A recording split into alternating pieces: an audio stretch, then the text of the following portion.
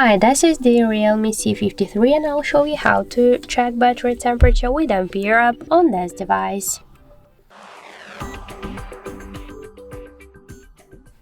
So first we should open the Play Store app and in the search bar we should enter the Ampere.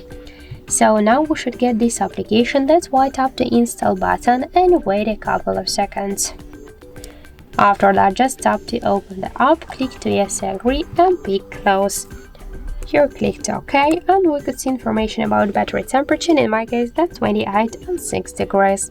So also we got here more information like the battery level, capacity, voltage, Android version and more other info.